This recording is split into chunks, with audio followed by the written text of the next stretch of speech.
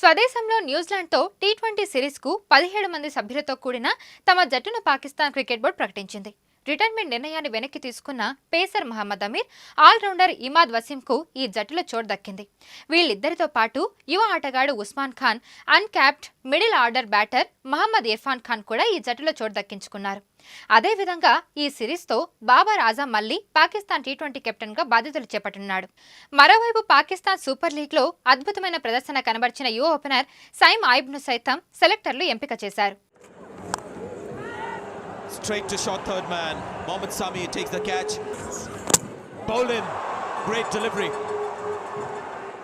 అటు మహమ్మద్ అమీర్ పాకిస్తాన్ తరపున చివరిగా 2020లో ఆడాడు.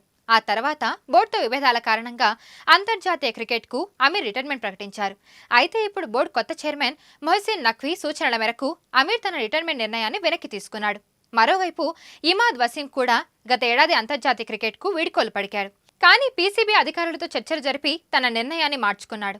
ఈ క్రమంలోనే వీళ్ళిద్దరికీ వాహాబ్ రియాజ్ నేతృత్వంలోని సెలక్షన్ కమిటీ ఎంపిక చేసింది. ఏప్రిల్ 18 నుంచి రావల్పిండి వేదికగా జరగనున్న తొలి టీ20తో ఈ సిరీస్ ప్రారంభం కానుంది. And gone. It's bowled him. Can you believe that? At this time the wicket belongs to Mohammad Amir. So we've seen 5 wickets fall in the final over of the innings. Not a run has been scored. మరిన్ని videos కోసం channel ని subscribe చేయండి. Latest updates కోసం WhatsApp channel ని follow చేయండి. And link description లో ఉంది.